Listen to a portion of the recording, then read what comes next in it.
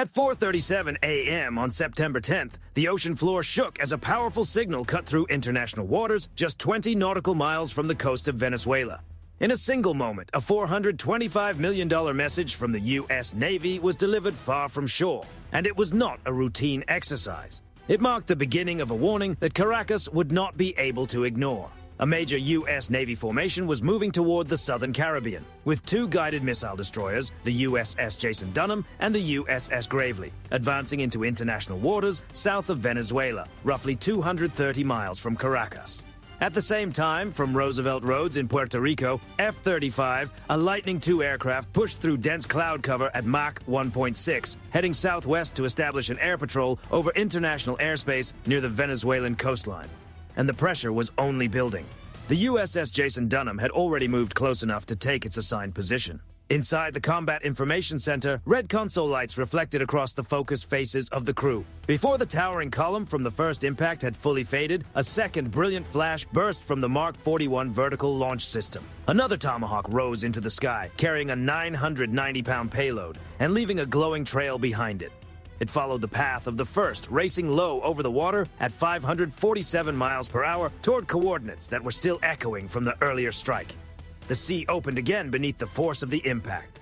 This was a cold, unmistakable message to the government in Caracas after a series of dangerous provocations on September 4th and 5th.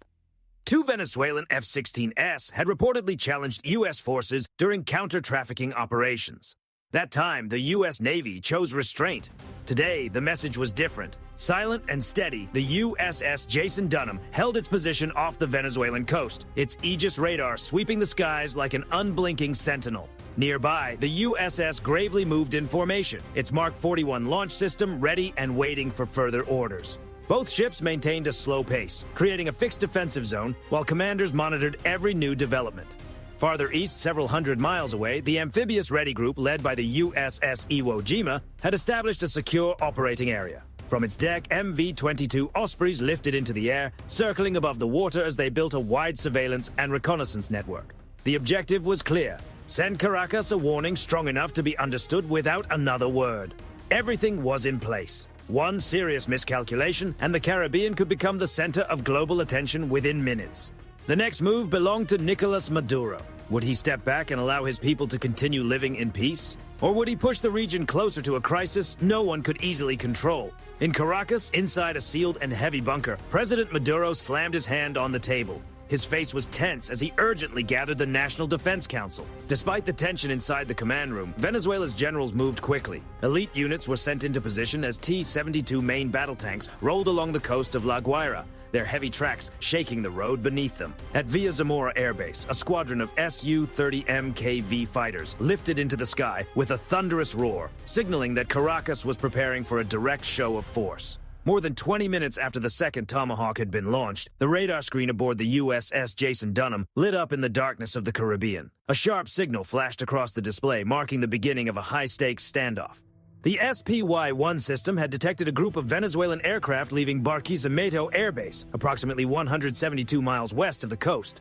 These were Su-30 MKVs, powerful Russian-built fighters capable of reaching Mach 2.0 and carrying up to 17,600 pounds of weapons, including R-77 missiles, with a range of around 68 miles. They were now approaching international airspace. The Venezuelan jets flew low along the coastal terrain, trying to reduce their radar profile before climbing toward 30,000 feet. Their AL-31F engines thundered as they moved toward the area where USF-35A aircraft were already conducting patrol operations. But the U.S. Navy remained calm. From a position roughly 345 miles from Puerto Rico, the F-35A formation was activated. The aircraft accelerated to Mach 1.6 and moved toward the contested airspace. They did not rush straight into the confrontation. Instead, they relied on a first-look, first-decision approach, using advanced sensors to understand the situation before the opposing aircraft could react. Their APG-81 systems scanned the sky and detected the Su-30SS from approximately 115 miles away before the Venezuelan pilots could establish a solid lock. That was the advantage of sensor fusion. Information from radar, infrared, distributed aperture systems, and electronic sensors was combined in real time, giving the F-35 pilots a complete picture of the airspace without needing to expose themselves with a strong radar signature. To the Su-30S, the American jets were difficult to locate. To the F-35s, the entire airspace was already mapped. Then the situation grew even more serious. A Venezuelan Lupo-class frigate moved out from La Guaira port, carrying 4 Exocet MM-4 O-Block 3 anti-ship missiles. Beneath its dull gray hull, the vessel increased speed to around 35 miles per hour, while carefully maintaining distance from the U.S. formation. It did not launch anything, but its presence alone was a message. Venezuela was prepared to stand its ground. The Aegis system aboard the USS Jason Dunham reacted instantly, like a shield of steel coming to life. The SPY-1D radar tracked every movement in the air and on the surface, filtering each signal with cold precision. At the same time, the aerial standoff intensified. The Su-30MKVs tried to pressure the F-35s by flying wide arcs, releasing countermeasures, and using electronic disruption. The F-35s answered with their own electronic warfare systems, reducing the effectiveness of the Su-30's radar and forcing the Venezuelan pilots to operate with limited awareness. One Su-30 appeared to prepare for a missile lock, but the F-35 broke away with a sudden burst of speed. Its EOTS system tracked back toward the target, while an AIM-120D remained ready if the situation crossed the final line. No weapons were released, but for 10 tense minutes the sky became a contest of technology, discipline, and nerve, American stealth and sensor fusion against Russian-built speed and maneuverability. From a position 287 miles from the Dominican Republic, the USS Iwo Jima strengthened the formation by deploying additional support. The deck vibrated as 6 MV-22 Ospreys lifted into the air, flying low to reduce radar exposure while establishing a 23-mile surveillance perimeter around the main fleet. The standoff reached its most dangerous moment when one Su-30 moved closer than expected. The USS Gravely had already anticipated the maneuver. Its Aegis system shifted into a higher state of readiness, preparing SM-2 interceptors in case Venezuela took hostile action. In the air, the F-35s used their stealth advantage to move behind the Su-30S, positioning themselves for a possible response with AIM-9X sidewinders if the Venezuelan pilots made the first move. For a few silent seconds, every radar screen, every cockpit, and every command center in the region waited for a decision. One wrong move could change everything. The Su-30S were forced to pull back. Their radar systems had been disrupted, their situational awareness reduced, and their ability to challenge the F-35s had been seriously limited. The message was clear. The U.S. Navy held the technological advantage. Every move from Caracas had become another opportunity for Washington to demonstrate its reach, precision, and control. But Venezuela had not backed down. A new radar contact appeared on the screens, showing additional Venezuelan patrol boats moving toward the area. The standoff was now approaching a far more dangerous line, the point where a single mistake could turn deterrence into open confrontation.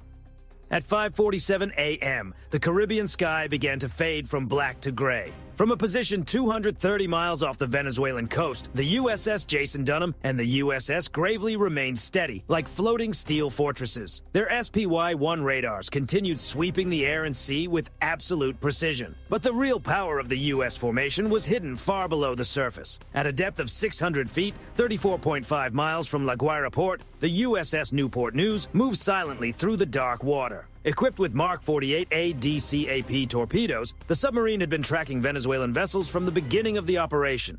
Its sonar system released a powerful acoustic signal toward a Venezuelan patrol boat that had appeared on radar 28.7 miles away. There was no fireball, no visible damage, and no debris in the water. But the warning was impossible to ignore. The signal interfered with the vessel's underwater sensors, shaking confidence on board and forcing the crew to understand one thing: they were being watched from beneath the sea. On the Venezuelan side, the atmosphere inside the Caracas bunker grew heavier by the minute. The faces around the table looked tense and exhausted as new reports arrived from the coast.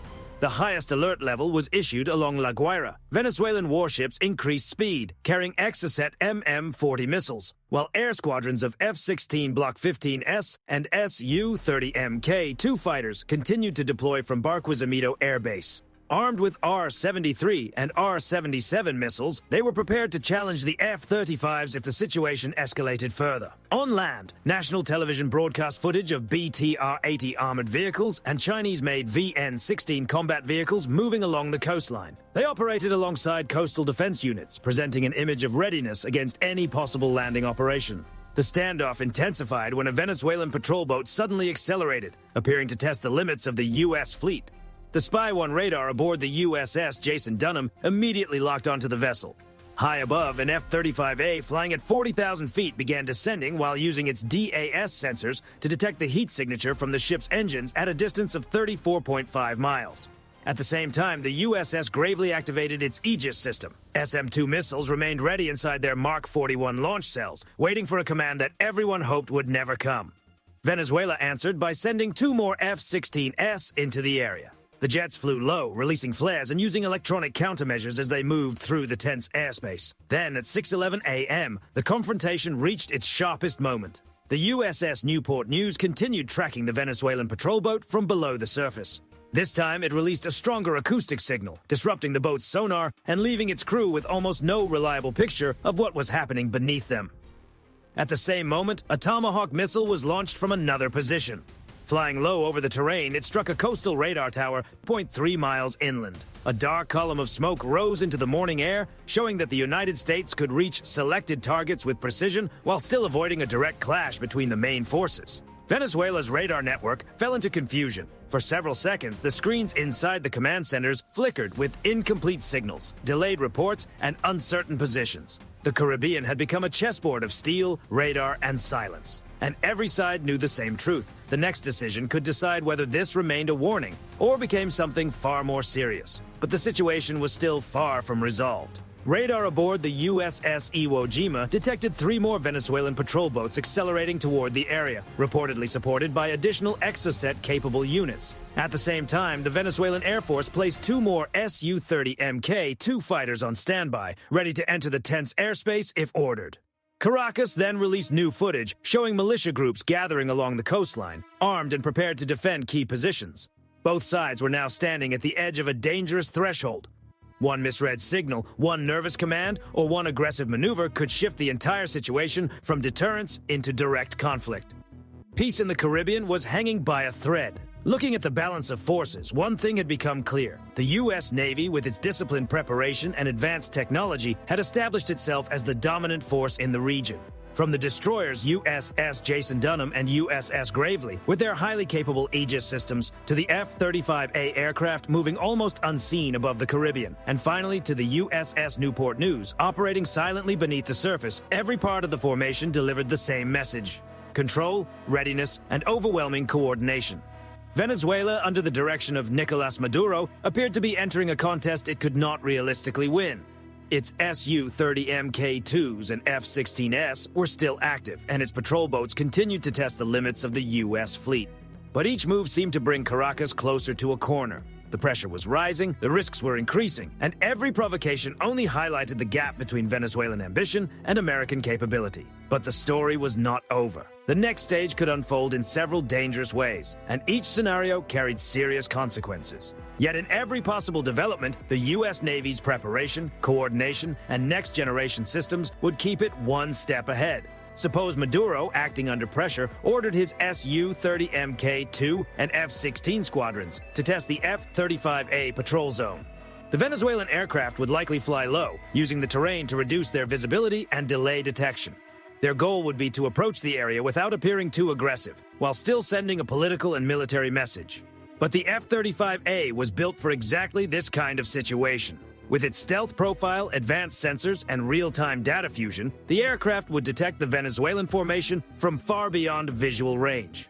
Before the Venezuelan pilots could fully understand what was happening, the F-35s would already know their altitude, direction, speed, and formation pattern. The result would not need to be a clash. Instead, the F-35s could maneuver behind the Venezuelan aircraft, record them from a position of advantage, and make it clear that they had been tracked the entire time. The Venezuelan pilots would be forced to turn back not because of a direct strike, but because the message had already been delivered. They had been outmaneuvered before the contest had even truly begun. For Maduro, that outcome would be damaging. The show of strength would become a public embarrassment, and the attempt to challenge the patrol zone would only reinforce the perception that Caracas had overestimated its position. For the U.S. Navy, it would be another demonstration of air dominance without needing to cross the final line. In this kind of standoff, the most powerful move is not always the one that creates the loudest impact. Sometimes it is the move that proves the other side has no safe path forward. But for Maduro, the situation was becoming increasingly difficult. Did Caracas truly believe a handful of Russian-built fighters could challenge America's fifth-generation air power? The answer was already being written across the Caribbean sky. In another possible development, Venezuelan patrol boats near La Guaira could attempt a dangerous move by preparing Exocet MM-40 Block 3 anti-ship missiles in a show of pressure against the U.S. fleet. But the response from the American side would be immediate. The Aegis systems aboard the USS Gravely and USS Jason Dunham would lock onto the threat within seconds. SM-6 interceptors would be brought to readiness, prepared to neutralize any incoming missile long before it could reach the formation. Such a move would not strengthen Venezuela's position. It would expose the limits of its naval capability on the international stage. Caracas would be relying on older systems against one of the most advanced naval defense networks in the world. It would be a serious strategic miscalculation, a risky attempt to challenge a force designed precisely for this kind of scenario. And if Maduro chose to mobilize coastal defense units, the USS Newport News would remain the hidden card beneath the surface. Still operating silently at a depth of around 600 feet, the submarine would continue to monitor every movement near the coast. From that position, it could apply electronic pressure, disrupt military systems, or, if ordered, strike selected coastal targets with precision. The message would be clear and cold. The United States could respond from places Caracas could not easily see, track, or predict. That alone would force Venezuela's leadership to reconsider every decision. On land, the sight of Chinese-made armored vehicles moving along the coastline might look dramatic on national television. But against the coordination, mobility, and combat readiness of the U.S. 22nd Marine Expeditionary Unit, those vehicles would offer more symbolism than real strategic advantage. For viewers watching closely, the contrast would be obvious.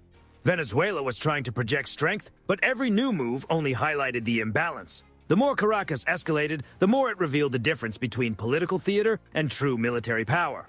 All of these scenarios point to the same conclusion. The U.S. Navy, with its professionalism, layered defense systems, stealth aircraft, submarines, and real-time intelligence network, would remain in the dominant position. Venezuela, meanwhile, appeared increasingly locked into a dangerous pattern of defiance. Each provocation raised the risk of a crisis that Caracas might not be able to control. And now, the world could only watch the next move. Because in moments like this, real power is not measured by speeches, televised displays, or bold declarations. It is measured by discipline, technology, preparation, and the silent presence of steel ships waiting in the dark waters of the Caribbean.